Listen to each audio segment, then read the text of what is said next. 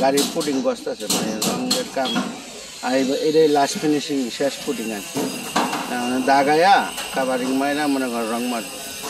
এটার এবার ঢুকু পুটিং পানি দিয়ে কাটতে হয় ফিনিশিং। এটা মারার পরে আপনি পুরা করে ক্লিন থাকবো, আর কোনোই থাকবো ঝামেলা থাকবো না, ঠিক আছে।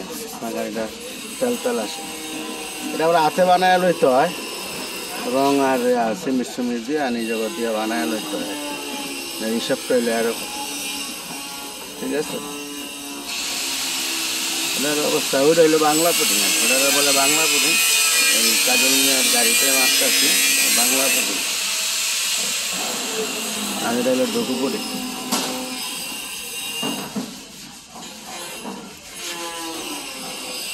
দুটো অ্যাঙ্গেল পিছনে লাগাই না লাগছে, পিছনে লাগাইছে একটা দুইটা শেষ।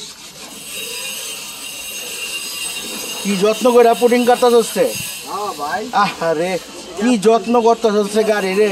এই যত্ন কি রাখবো ড্রাইভারে? রাস্তা গেলেই তো নাই, রাস্তা গেলেই নাই, অবস্থা খিরিয়াস। আই হাজি এ রে কত কষ্ট রে, দেন টানা লাগাইছে গতরের ভিতরে, খেয়াল রাখছে, ঠিক আছে। আর এই অবস্থা পুটিং কাটতেছে, আজকে কাটা শেষ হয়ে যাবে।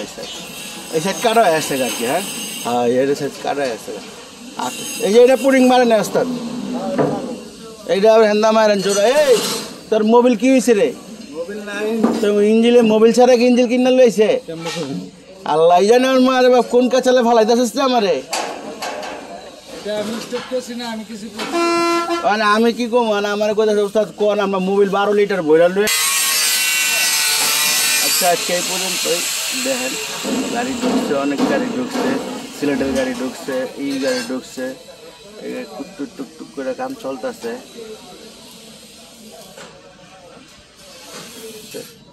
এসি গাড়ির বডি যোগান দিতে আছে, ওটা কি চেঞ্জ বাইক করে লাগব?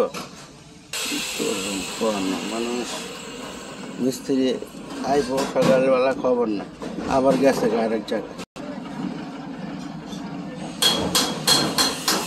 আজকে এই পর্যন্ত।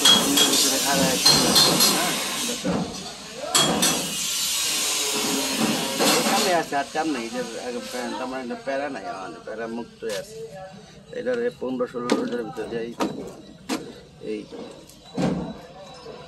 রাখি। আসসালামু আলাইকুম।